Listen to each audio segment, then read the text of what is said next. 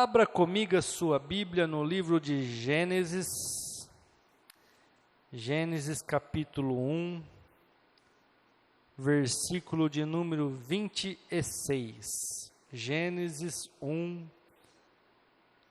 versículo 26. Um versículo bem conhecido, um texto bem conhecido. Disse Deus: façamos o homem a nossa imagem, conforme a nossa semelhança. Domine sobre os peixes do mar, sobre as aves do céu, sobre o gado, sobre toda a terra e sobre todo réptil que se move sobre a terra. E criou Deus o homem, à sua imagem. A imagem de Deus o criou, macho e fêmea os criou. Amém? Glória a Deus. Igreja, nós precisamos entender quem nós somos.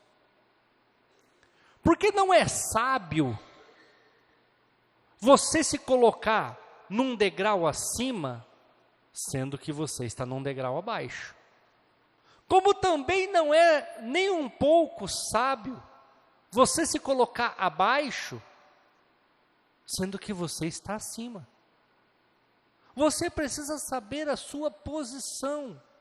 Você precisa saber aonde você está. Você precisa conhecer quem você é. Muitas vezes nós erramos por não ter um autoconhecimento de quem nós somos. Nós erramos em ter um conhecimento errado da nossa pessoa. Alguns, com arrogância e soberba, é os que estão num degrau acima, mas deveria estar num degrau abaixo. E outros com espírito de inferioridade, com espírito de desprezo, de menosprezo, sendo que muitas vezes não é assim. Eu sempre digo e sempre afirmo isso, muitas pessoas, elas mesmas se desprezam e acham que são os outros que desprezam ela. Muitas pessoas lutam por direitos porque eles acham que não tem, mas na cabeça deles. Por quê? Porque eles mesmos se desprezam, muitas vezes por causa do pecado, muitas vezes por causa de algum erro, de alguma falha. Mas nós precisamos entender quem nós somos. E aqui a Bíblia fala que nós somos a imagem e semelhança de quem? De Deus. Nós somos a imagem e semelhança de Deus. Nada menos que isso. Nós precisamos dominar a nossa vida. Porque se nós somos imagem e semelhança de Deus, nós somos um ser monarca. Alguém já ouviu falar nisso? O que é uma monarquia? O que é ser um ser monarca? Aqui no mundo que nós vivemos, existem ainda alguns países que têm rei. E o rei, ele é um monarca. Se ele falar, tem que acontecer. O país pode estar quebrado, mas se ele falar, eu preciso de um avião, tem que comprar um avião para ele. Igreja, e nós somos a imagem e semelhança de Deus. Como que Deus criou as coisas, igreja? Haja luz, e houve separação entre as trevas e a luz. Haja terra, e houve separação entre o mar e a terra, entre a água e a terra. Tudo através da palavra. Por quê? Porque ele é monarca. Deus é um ser monarca. Ele fala e tem que acontecer. Ele fala e a coisa tem que se resolver. E nós somos a imagem e semelhança dele. Então, entende-se que o que a gente fala tem que acontecer. Aí se você fala, estou ferrado, o que acontece? Você está ferrado. Se você fala, vai dar certo, o que acontece? Vai dar certo. Vou dar um exemplo para vocês que eu nem tinha notado ali.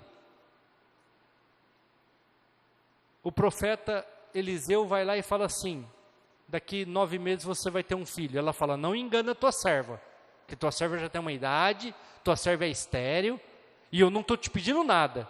Ele falou, não estou enganando, daqui 9 meses vai nascer uma criança. A criança nasceu, sim ou não? Sim. Com 12 anos, o que aconteceu com a criança? Morreu. Morreu. Nos braços dela, meio-dia. E se você lê o Salmo 91, o que a Bíblia fala?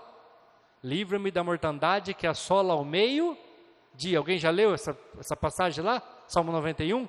Livra-me do laço do passarinheiro, livra-me da mortandade que assola ao meio-dia. Existia uma mortandade que naquela época, onde a medicina era escassa, que meio-dia matava a pessoa. E o menino dela foi acometido desta enfermidade, dessa situação. Hora que o marido dela perguntou do filho, o que ela respondeu? Alguém lembra? Vai tudo bem. Hora que o cara que conduzia a carroça lá, que ia levar ela até o profeta Eliseu, perguntou para ela do filho dela, o que ela respondeu? Tá bom, tá tudo bem, vai tudo bem.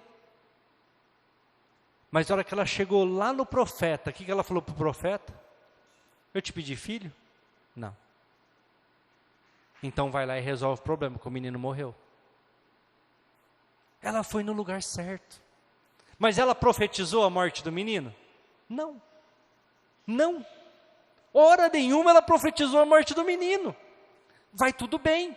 Vai tudo bem. Vou dar mais um exemplo para vocês. Chegaram em Jesus e disseram para ele assim, ó, Lázaro está muito doente. Depois vieram com a notícia, ó, Lázaro já morreu e já está enterrado há 4 dias. Como é que Jesus se refere à morte de Lázaro para os discípulos? É só vocês ler lá em João capítulo 11. Ele fala assim, Lázaro dorme. Alguém já leu lá? Eu estou indo para despertá-lo. Alguém já leu? Já teve essa curiosidade? Está lá. Eu estou indo lá despertá-lo. Tanto é que Tomé fala o quê, igreja? Alguém lembra? Se ele está dormindo, ele vai acordar. Não precisa ir lá acordar ele. Mas por quê? Porque Tomé estava com medo de ir naquelas regiões, porque já tinham tentado matar Jesus ali. Então ele estava com medo de ir e passar por aquilo de novo. Mas olha que interessante, Jesus não declarou a morte de Lázaro. Jesus falou assim, ele está dormindo. Eu estou indo lá para acordá-lo. Eu estou indo lá para trazer ele de volta à vida. Igreja, muitas vezes nós determinamos através da nossa boca a nossa derrota. Não é sábio fazer isso. Eu quero ler um texto com vocês, que está lá em Isaías, capítulo 55. Também não estava preparado isso, mas vamos lá, né? Deus sabe todas as coisas.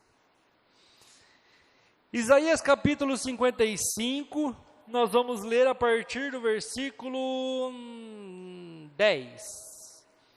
Porque assim como descem a chuva e a neve dos céus e para lá não tornam, mas regam a terra, fazem produzir e brotar e dar semente ao semeador e pão ao que come, assim será a palavra que sair da minha boca.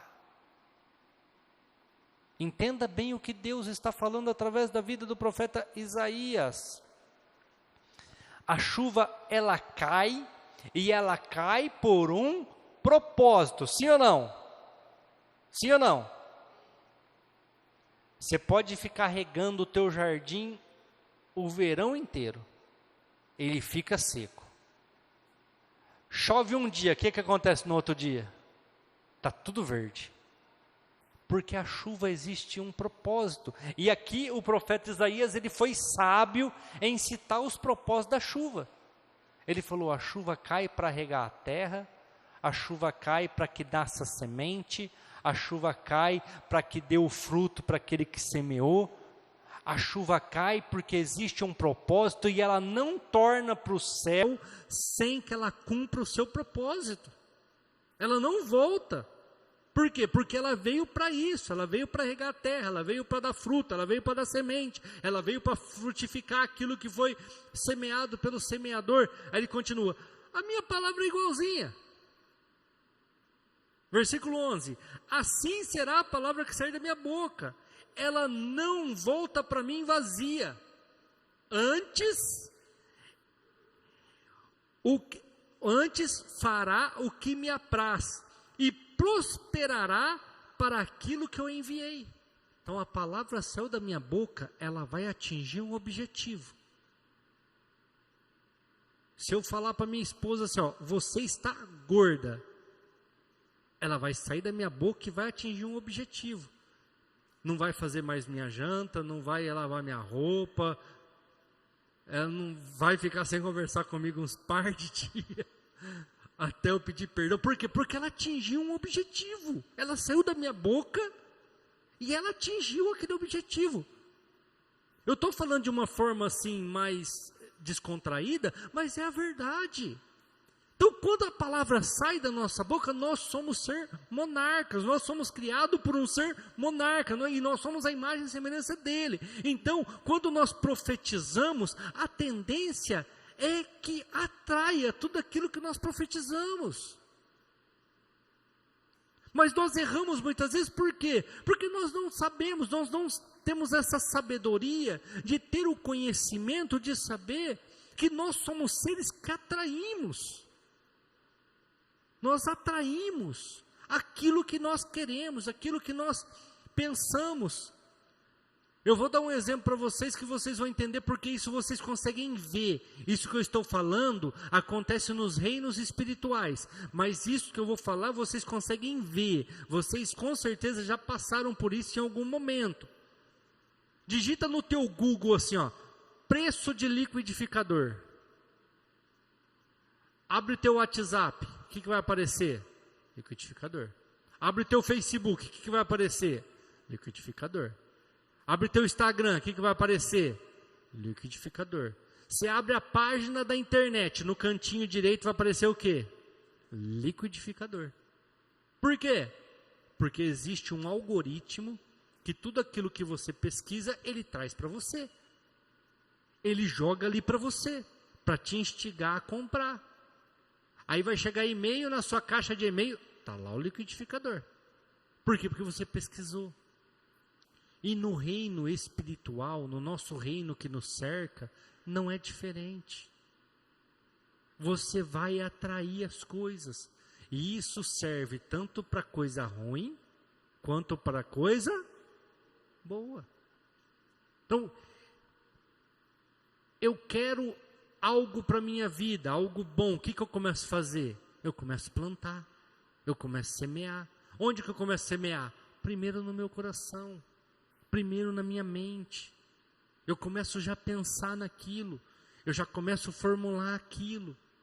Às vezes nós não entendemos, mas isso é o significado da palavra fé. O que é a fé? Segundo está escrito em Hebreus capítulo 11, versículo 1. Alguém lembra como é que está lá? Firme fundamento. É o firme fundamento das coisas que se esperam, mas que não vê. Ou seja, eu quero assim, mas eu não estou vendo. Mas eu já estou atraindo. Eu já estou trazendo aquilo à memória. E nós precisamos declarar isso. Ai, mas eu não sou merecedor. Ai, mas eu não consigo. É errado você pensar assim. Ah, mas eu já errei demais. Tudo bem. Mas hoje, o Jesus te comprou por um alto preço. E passou a Escritura. Então você já não é mais do antigo proprietário. Agora você é de Cristo. As coisas velhas já passaram, eis que tudo se fez novo. Eu amo essa passagem de Paulo, porque eu acredito que alguém devia estar falando ali para ele: você prendeu judeus, você viu a morte de um dos discípulos, você perseguiu a igreja de Cristo, você falava mal de Cristo. E eu acredito que ele virou para a pessoa e falou isso. As coisas velhas já passaram, eis que tudo se fez novo. Não vou ficar preso no meu passado. Não vou ficar preso naquilo que foi feito lá atrás. Coisas novas estão acontecendo, coisas novas estão fluindo, e eu não posso ficar parado naquilo que eu fiz lá atrás, porque não dá para voltar atrás. Então ele começou a fazer coisas novas, ele começou a agir de uma nova forma, e se tornou o grande apóstolo Paulo, que tanto nós conhecemos. Igreja, nós precisamos dominar os nossos pensamentos, dominar aquilo que está dentro do nosso coração. O inimigo, como nós lemos até no começo do culto em Efésios 6, capítulo 10, do versículo 10 em diante, que é a armadura de Deus, lá ele fala assim: colocai o capacete da salvação para te proteger contra o quê? Os dardos inflamados do maligno. Ele está ali, jogando. Ele sabe o que você gosta, ele sabe o que te atrai, ele fica ali jogando, e você tem que transformar, você tem que ter uma mudança. É o que está escrito lá em Romanos 12, 2, não vos conformeis com este mundo, mas transformai-vos pela renovação da vossa mente. Para quê? Para que você precisa transformar o teu pensamento? Para que você precisa transformar aquilo que está no seu coração? É o mesmo versículo. Para que você possa provar a boa, perfeita e agradável vontade de Deus. Igreja, não é sábio a arrogância e a soberba, como não é sábio a inferioridade e o desprezo. Você tem que colocar no seu lugar. Você tem que saber quem você é. Você tem que saber a sua posição. E você é a imagem e semelhança de Deus. Você é alguém criado à imagem e semelhança de Deus. A Bíblia fala, vamos abrir aqui, Provérbios capítulo 4, Provérbios 4, 23.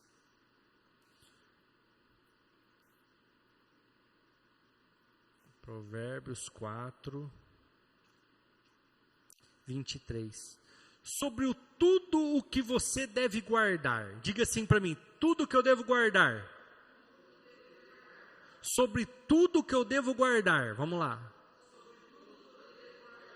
Guarda o teu coração.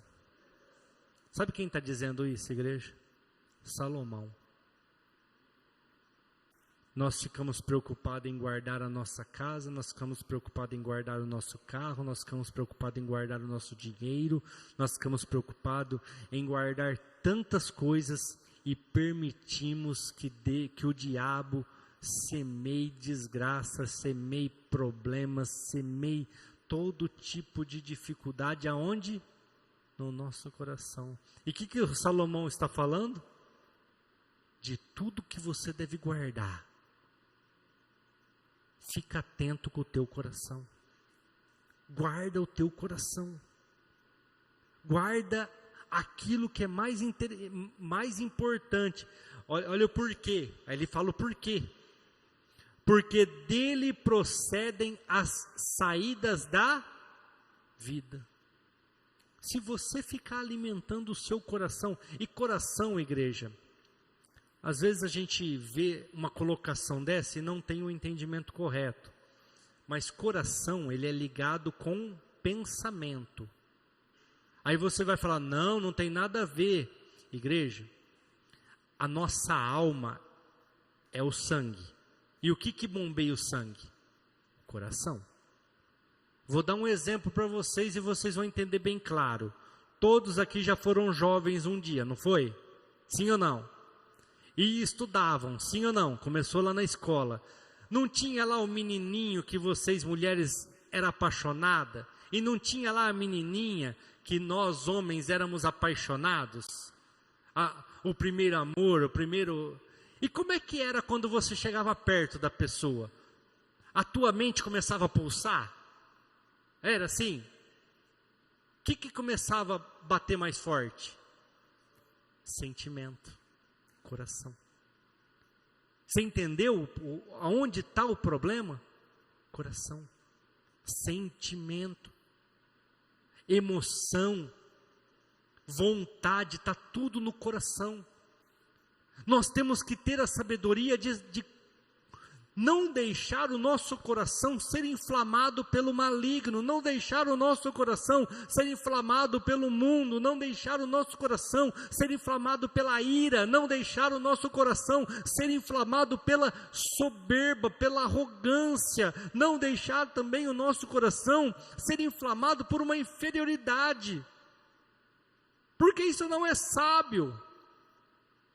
Nós somos a imagem e semelhança de Deus. Isso não nos dá o direito de passarmos por cima das pessoas, mas isso também não é para você se desprezar e se menosprezar. Você é a imagem e semelhança de Deus. O teu passado não conta mais. Foi jogado no lago do esquecimento. O que você viveu lá atrás já foi. Apelidos de antigamente, situações que você era conhecida de antigamente. Não, agora você é propriedade exclusiva de Jesus Cristo. A tua matrícula do teu corpo, da tua vida, está lá, em nome de Jesus Cristo. Acabou. Igreja, mas muitas vezes nós aceitamos derrotas. Nós aceitamos situações que não é para nós. Nós aceitamos certas circunstâncias que o inimigo impõe, que o inimigo coloca ali, e nós permitimos. Igreja, nós precisamos saber quem nós somos. Não é sábio se desprezar. Um dia nós vamos chegar diante do Senhor e Ele vai falar: está vendo tudo isso aqui? Ó? Era de vocês, era teu. Ah, mas alguém roubou, Senhor, porque eu nunca desfrutei nada disso aí. Vai falar: não é que ninguém roubou, não. O que é teu ninguém rouba, mas só que infelizmente você não tomou posse. Infelizmente você não quis. Tudo por quê? Porque nós deixamos entrar no nosso coração. Nós deixamos aquilo, como que eu posso dizer? Aterrorizar o nosso coração. Vou dar um exemplo para vocês entenderem o que eu quero dizer. Jesus falou para os discípulos: vamos para o outro lado do Mar da Galileia. Vamos atravessar o Mar da Galileia. A Bíblia fala que ele estava tão cansado que ele fez o quê? Alguém lembra? Foi dormir. Foi na proa lá no fundo do barco e deitou e dormiu. E como é que estavam os discípulos? Nós vamos morrer. Pelo amor de Deus. Olha o vento, olha a tempestade, nós vamos morrer. Aí foram lá: mestre, acorda. Falei: o que está acontecendo? Não te importa que nós morramos? Jesus: mas como assim vocês vão morrer? É porque o vento, a tempestade. Aí Jesus fala: homens de pequena fé, até quando que eu vou estar com vocês? Até quando vai precisar de mim fazer isso? Sabe o que Jesus estava falando? Vocês têm autoridade para isso. Vocês têm condição de fazer isso. Aí o que ele fez, igreja? Alguém lembra? Acalma-te, vento, aquieta-te, mar. O que a Bíblia fala que aconteceu? Houve grande bonança, tranquilidade. Ele deu ordem, aí os discípulos: meu Deus, quem que é esse cara? Que até o vento e o mar obedecem. Até o vento e o mar obedecem. Igreja, já cansei de dar testemunhos aqui. Eu saio para ir para o centro da cidade com o meu carro, eu não gosto de parar em estacionamento, porque eles riscam meu carro. Eu não gosto de parar em estacionamento. E eu já tive situações disso, não é coisa que é da minha cabeça, não. E eu falei para o cara, vocês riscaram o meu carro aqui. Não, não foi. Eu falei, o carro não tinha esse risco aqui. Não, mas não foi. Bom, resumindo, eu não gosto. Eu não gosto. E meu carro também sempre tem um vidro de perfume, sempre tem alguma coisinha. Eu gosto de parar o carro na rua. Pago lá a zona azul. E a hora que eu saio de casa, a primeira coisa que eu faço?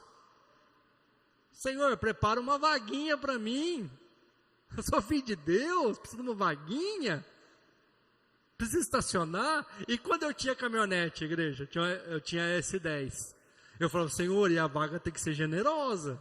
Não pode ser uma vaguinha pequena. Tem que ser uma vaguinha um pouquinho. Igreja, não errava. Chegava lá, tinha minha vaga. E chegava lá não, né? Eu não vou nem falar no passado, porque ainda hoje é assim. Ainda hoje é desse jeito. Às vezes forma aquele tempão de chuva e está falando para todo lado, é tempestade, é isso, aquilo. A Simone já até sabe, eu canto uma musiquinha, que eu acho que, eu nem sei se é acho que é do mundo, né? Eu falo, eu canto, né? Chuva, eu peço que caia devagar, para não danificar minha casa, para não danificar meu carro, para não danificar minhas coisas. Igreja, e eu falo com fé. Eu falo, Senhor, o Senhor tem poder para isso. Aqui, quando começa aquela chuva forte também, eu falo, Senhor, guarda lá a igreja. Que esses telhados desse tamanho aqui, tudo que é telhado grande, é problema. As calhas não dão conta. Olha lá no fundo para você ver, vazou água lá, queimou minha lâmpada. É problema. Mas a gente tem autoridade. Senhor, ajuda. Senhor, entra com a provisão nessa situação aqui, assim como na vida do seu Marcelo, assim como na vida da dona Rosinha. Igreja, nós temos poder na palavra, nós temos autoridade. E para encerrar, Lucas capítulo 10, versículo 19. Lucas capítulo 10, versículo 19. Eis que eu vos dou poder e autoridade para pisar serpentes e escorpiões, e nada vos fará, dando algum eis que está aí, Schubert? É isso? Eis que eu vos dou poder e autoridade para pisar serpentes e escorpiões, e nada vos fará dano algum. E sobre todo o poder do inimigo. Igreja, às vezes o inimigo está ali agindo na vida dos teus filhos, às vezes o inimigo está ali agindo na vida do teu cônjuge, às vezes o inimigo está ali agindo na sua vida financeira, na sua vida espiritual, seja lá em que área que for, ou até no seu coração, nos seus pensamentos. E a Bíblia está falando, eu te dei autoridade, pode declarar, pode. Ah, mas eu vou lá pedir para o pastor. Legal, o pastor vai orar, o pastor vai interceder, o pastor é para isso, a Bíblia fala. Mas só que quem tem mais autoridade na sua vida, você ou o pastor? Vou dar um exemplo, a tua casa está lá no teu nome, escriturada, tudo bonitinha. Quem tem autoridade lá, você ou o teu pastor? Um sem teto invadiu tua casa. Aí você vai ligar para o pastor, vai lá na polícia e fala que invadiram minha casa. A polícia vai falar, mas que casa que é? É do irmão lá da igreja. Vai falar, não, mas tem que ser o cara para vir aqui. A casa é dele, ele tem que requerer a posse da casa. Ele que tem o documento. Nem você, nem o que está lá tem documento. Quem tem documento é o proprietário. Igreja, entenda quem você é. Não deixe a soberba e a arrogância entrar no seu coração, igual entrou no coração de Nabucodonosor, e ele pastou por 7 anos, eu nem preciso falar aqui, porque todos conhecem a história. Mas também não deixem o menosprezo, a diminuição entrar no seu coração, assim como na vida de Gideão.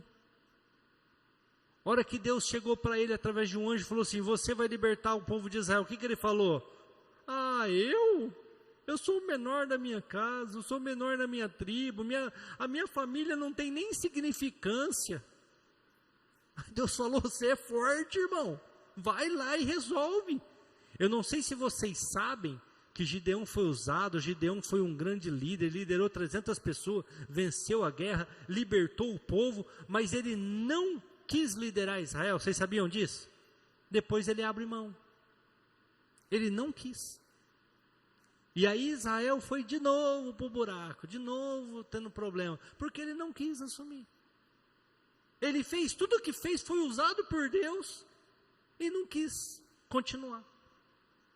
Por quê? Porque tinha uma visão errada de si mesmo, uma visão falha. Deus falou para ele, falou, não, você é forte, vai nessa tua força aí que você vai libertar o povo. Ele fez lá os desafios com Deus, vou pôr o tapete lá fora, se o orvalho cair só no tapete eu vou. Aí no outro dia ele foi lá, torceu o tapete cheio d'água e do lado assim a relva, né, a grama, tudo seca. Aí ele falou, não, essa foi muito fácil, eu vou pôr o tapete de volta aqui.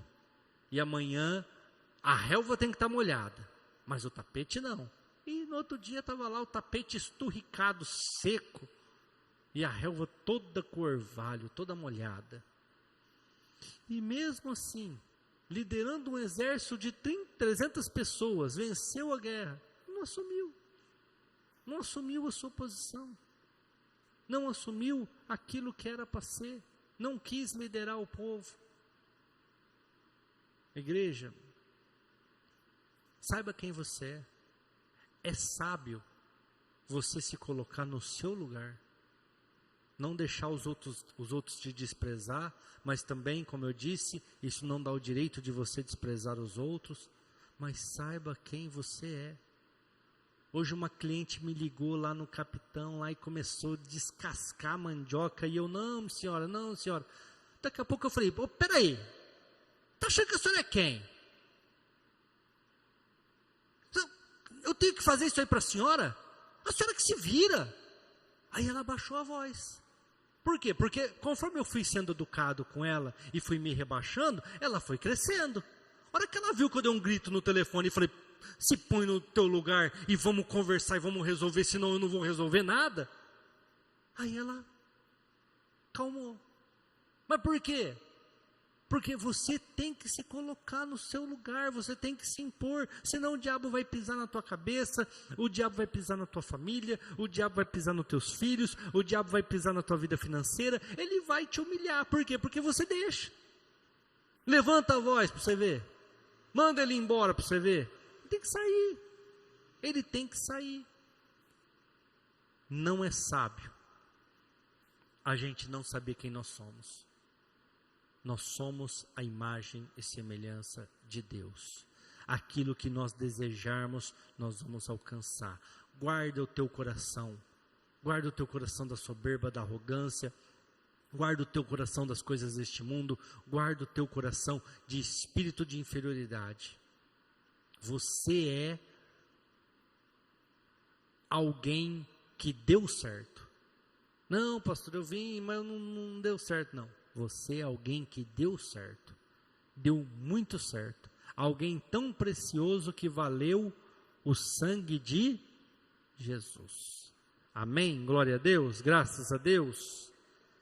Domine sobre os seus pensamentos, domine sobre o seu corpo, profetize aquilo que você quer e você vai ver que o mais rápido possível o mundo vai ter que se virar para te dar aquilo que você pretende, porque é assim que funciona. Quando Deus falou, haja separação entre o dia e a noite, o mundo teve que se virar para haver separação entre dia e noite.